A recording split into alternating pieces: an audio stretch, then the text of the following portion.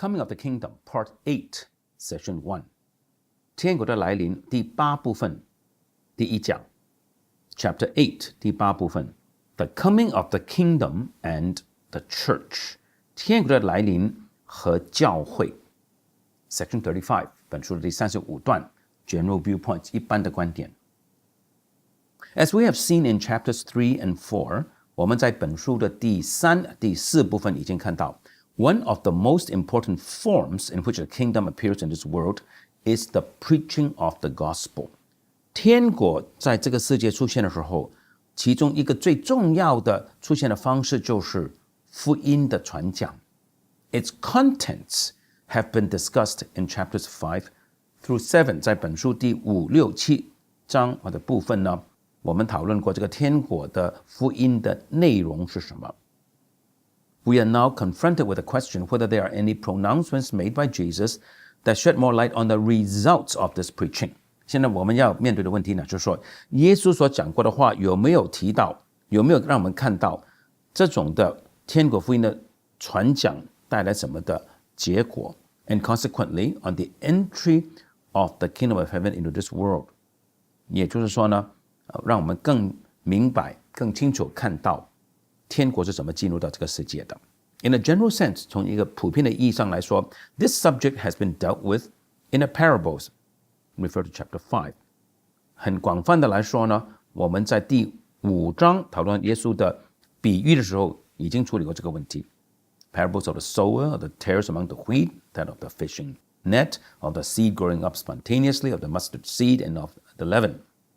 耶稣讲过3种的比喻麦子、稗子的比喻渔网的比喻一个种子很自然的生长起来的比喻芥菜种的比喻面笑的比喻 They more or less explicitly deal with the action and the fruits of the word 他们可能是很明文的或者隐约的讨论过上帝的道的作为和结出的果子 and of the vivifying force of the preaching of the gospel 也就是说当福音传讲出的时候是怎么样有这种赐生命的叫人活过来的能力的 Though they contain very important indications concerning the coming of the kingdom and the nature of its presence 是的虽然这些的比喻里面有很重要的一些的指示告诉我们关于天国的来到和天国的存在的本质是什么The pattern revealing the progress and the effects of this preaching, however, is only vaguely outlined in general terms. 但是究竟这个福音的传讲整个的进程果效是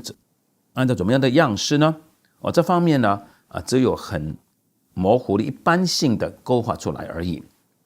From this point, therefore, we shall have to continue our investigation. 因此，我们从这一点上继续研究。Broken off after the 4th chapter 就是在第4章结束之后我们现在在第8章继续讨论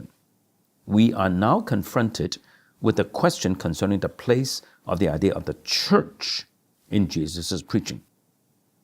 现在我们面对的问题就是说在耶稣的宣讲里面教会这个概念有怎么样的一个地位呢 Or to put it more accurately 或者更准确的来说 With the meaning of the well-known pronouncements on the ecclesia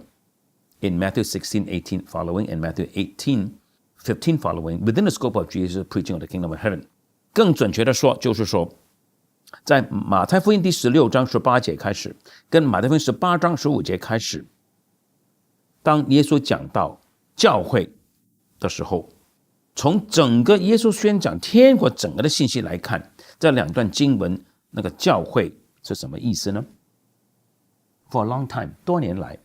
Because of a particular interpretation of the kingdom of heaven preached by Jesus 学者们因为他们持有一些关于天国的解释的特别的理论的缘故呢 Many authors were induced summarily to deny the authenticity of the pronouncements 有些学者们呢就好像蛮有理由的完全否认这些的经文的真实性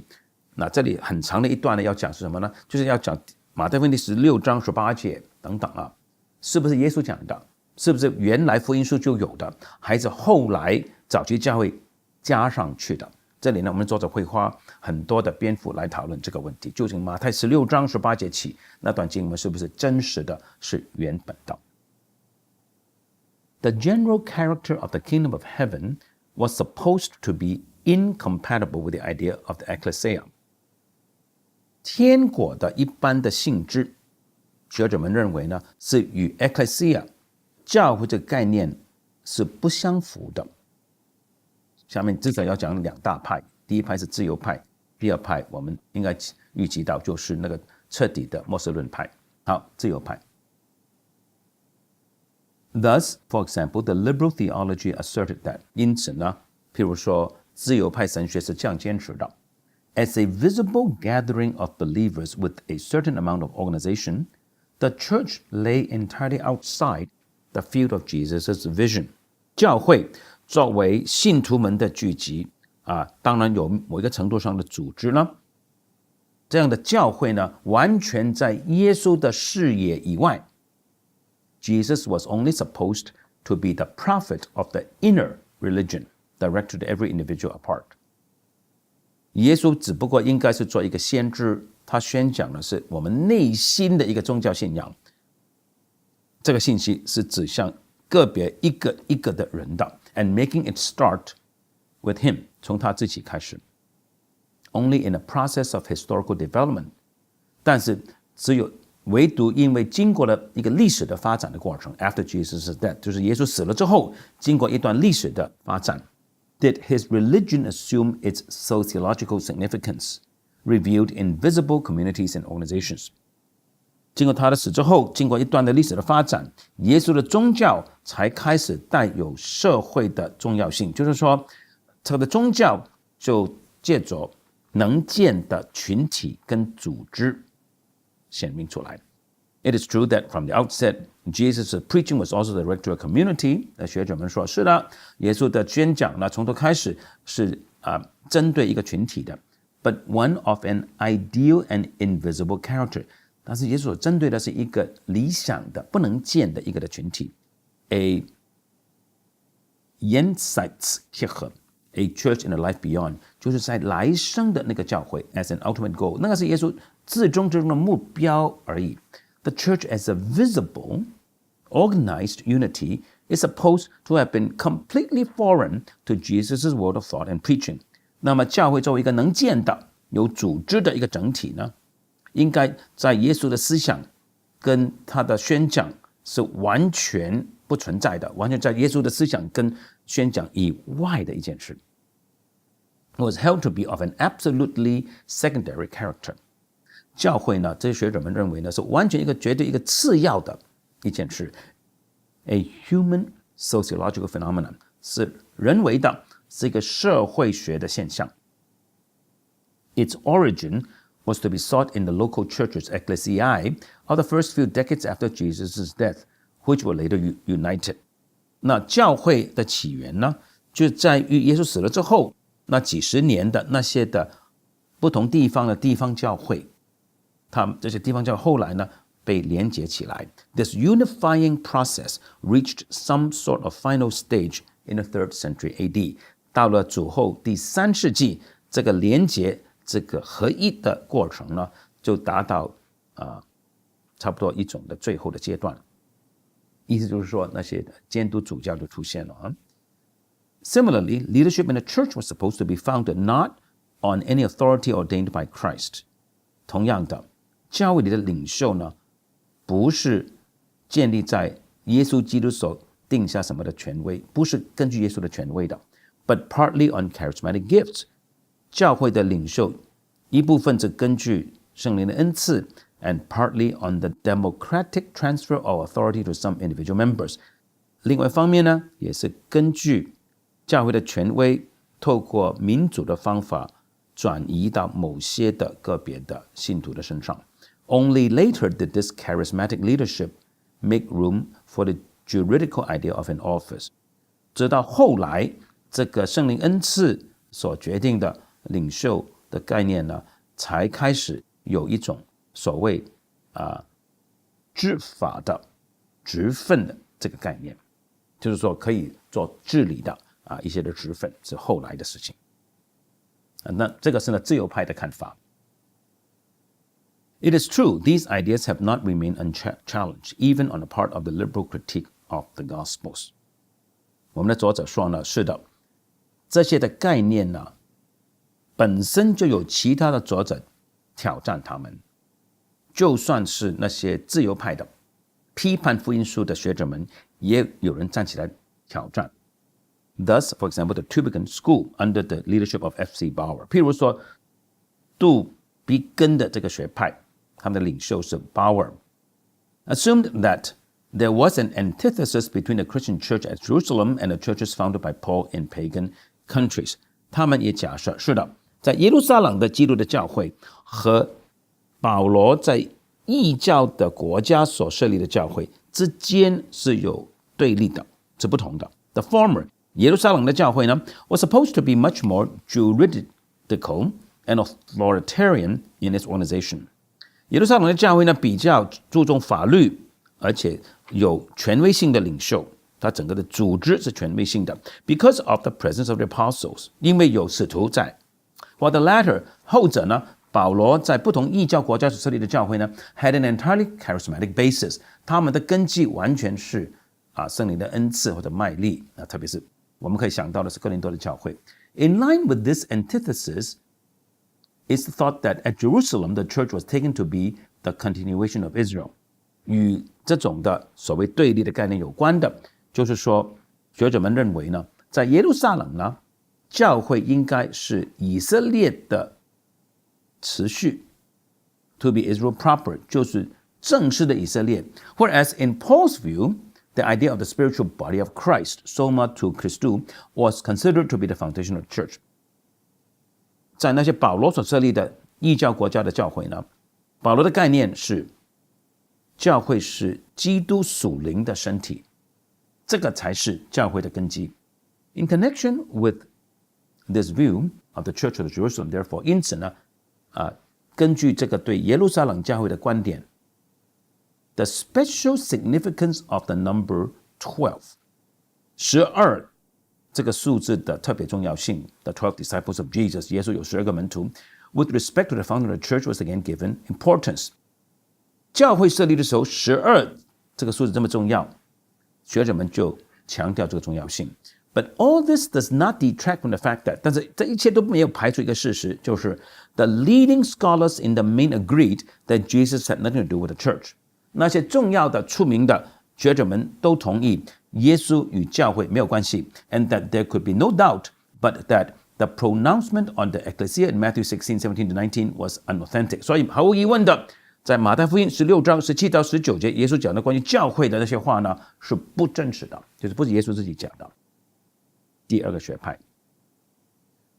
，the eschatological interpretation of the gospel has contributed even more than the liberal spiritualistic view of the kingdom of heaven in an attempt to discredit the authenticity of Jesus' pronouncements on the church。 那个彻底的末世论学派对福音书的解释，就比自由派的把教会属灵化的天国观呢，就更加的推翻怀疑耶稣讲到教会的话是否真实的，就是他们更加的不相信马太16章的话是耶稣所讲的。According to this interpretation， 根据这个末世论学派的解释 ，it is quite out of the question that Jesus took account of an earthly development in which there would be room for life of a church and for its organization。他说我们不可思议，耶稣怎么可能考虑到一个在地上的发展的过程呢？就是说留一个空间给一个教会和它的组织呢？因为天国都是未来的嘛。It is true that the father of the consistently eschatological interpretation, Albert Schweitzer， 不错 ，Schweitzer 就是这个彻底的末世论学派的创始人 ，has defended the authenticity of Jesus' pronouncement in Matthew 16:18-19。他维护着耶稣在马太16章18到19节所讲的话是真实的。But in his opinion， 但是按照他的看法 ，these sayings have nothing to do with the empirical church。耶稣讲这些话呢，与具体的教会没有关系的。The church mentioned here is the pre-existent church, which will be revealed at the end of time。这里耶稣所提到的教会是那个先存的教会，在末后世界末了会显明出来 and will coalesce with the kingdom of God。 到了末后的日子呢，这个教会呢就与神的国就联合在一起了。Those, however, who think that in Matthew 16 the empirical church is doubtless referred to， 但是其他的学者有些认为呢，马太16章所指的就是具体的能见的教会。And who notwithstanding adhere to the eschatological interpretation of the kingdom， 但是这些学者们呢，同时也接受彻底末世论对天国的解释 ，are bound to combat the authenticity of Matthew 16, 18, 19。他们呢就很自然的、不可避免的不相信马太16章18到19节是真实的。Thus Bultmann writes， 因此布特曼这样说，这样写 ：There can be no doubt but that Jesus proclaimed the imminent coming of God's dominion。 毫无疑问的，耶稣宣告神的国度很快将要来到。His proclamation was an eschatological preaching。 耶稣的宣讲是一个末世的关于将来的宣讲。His own appearance and activity were an eschatological phenomenon。 耶稣的显现，耶稣的作为都是一个末世的一个现象。And he continues， 布特曼继续说 How can he have had in view the future rise of an organized community of adherents？ 耶稣怎么可能会考虑到将来会有一个有组织的他的跟随者的群体诞生呢 ？And have instituted Peter as the holder of the doctrinal and disciplinary office。 他怎么可能会设立彼得是教会教义和纪律的职分的一个持有者呢？ Now, the coming of God's dominion announces itself in forces that are at work beforehand。 上帝的国度的来到本身就宣告有一些是事先就已经在运作的一些的力量。 And now there will first be a time in which binding and loosing is a necessary measure for the maintenance of the church。 然后呢，先有一段时间吗？就是在地上捆绑、地上释放，这些都是维持教会必须要有的做法吗？他说这个是不可思议的。But enough of such questions that really no longer need to be asked since the time of Johannes Weiss。 布特曼说，我们问这些问题问得够了，因为呢，自从 Weiss 这个学者以来呢，我们必须问这些问题了。好，所以第二种学派说，耶稣的国度是将来的，所以马太福音第16章要就是不是耶稣讲的，假如是的话，是先前的教会，在永恒里的教会或者将来的教会。Instead of assigning the church a place in Jesus' preaching of the kingdom of God, as found in Matthew 16, 17, 19, it is thought rather that the church is the consequence of the non-fulfillment of the parousia of Son of Man announced by Jesus。 这些学者们呢，他们不愿意看到耶稣所讲的天国里面特别是在马太16章17到19节呢，教会是有一个重要的地位的。反之，这些学者们认为呢，为什么有教会呢？是因为耶稣所宣讲的人子的来到没有来到，所以导致这个教会的后果。The church is then supposed to owe its origin to the fact that those who have been waiting for the coming of the kingdom in vain had no other alternative in the continuation of history than as Jesus' disciples to form an organization。 所以教会的起源是因为这个事实，那些等候天国突然等候的人呢，他们没有别的选择，他们在整个历史的进程中呢，就只能够身为耶稣的门徒呢，只能够组织起来。This is the great discrepancy between Jesus' preaching and the reality of history。 这个就是耶稣宣讲的信息跟历史的事实之间的一个空缺。That is, that Jesus preached the kingdom and what came was the church。 意思就是说，耶稣宣讲的是国度，但是后来兴起的是教会，因为耶稣没有再来，人子没有降临。According to the critics, this eschatological argument against the authenticity of Matthew 16, 18, 19 is confirmed by the fact that nowhere else in Jesus' preaching, save in Matthew 16, 18, is there any statement of the church or of his church。 根据这些圣经的批判性的圣经学者们，这个末世论学派的论点呢，就是不承认马太16章18到19节是耶稣真实所讲过的话呢，有一个事实来证明，就是说在耶稣所宣讲的一切，除了马太16、18章以外，耶稣宣讲所有的话里面呢，没有其他的话是说教会或者他的教会。And this is not only a statistical fact， 这个不仅是一个数据上一个事实， but also the entity denoted by this word. In short, the whole idea of the ecclesia is supposed to be foreign to the synoptic tradition. 不单单是数据，而且是这个字所指的，就是说教会这个概念呢，是与整个符类福音的传统是不相符的，是在这个符类福音的传统以外的。就是说，教会这个字没有出现在马太、马可、路加福音，除了马太16跟18章这2段以外。In a word, the ecclesiological language and conception is foreign to the original words of the Lord. 简言之，教会论的词汇，就是教会这些字呢，和这个概念呢，是对耶稣基督我们的主原来所讲的话完全是陌生的，也是完全不认的这些的词汇。This argument is not only advanced by the exclusively eschatological view. 这个观点不仅仅是那些彻底的末世论学派所提出的 ，for even Kummel 就甚至乎 Kummel Ku umlaut MMEL 这个学者that is who acknowledges that Jesus saw in his own personal word the presence of the kingdom. 他承认耶稣在他自己的身上，他自己的话语里面看到天国是存在的。It's of the opinion that Kummel 这个学者的意见也会是。The sources do not offer a sufficient basis for the idea that Jesus thought of a closed circle of disciples. 我们手上所有的文献并不提供足够的理由让我们相信耶稣想到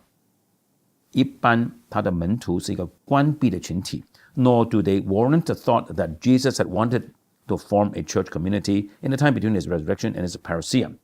文献也不支持我们认为耶稣想要在他复活跟再来之间这段时期呢，设立教会。Jesus in the gospel is supposed to have spoken not of a new church, but only of a community of men who gathered around him as the coming Messiah. 在福音书里面，耶稣根据这些学者们的看法，耶稣只不过是讲到一般的，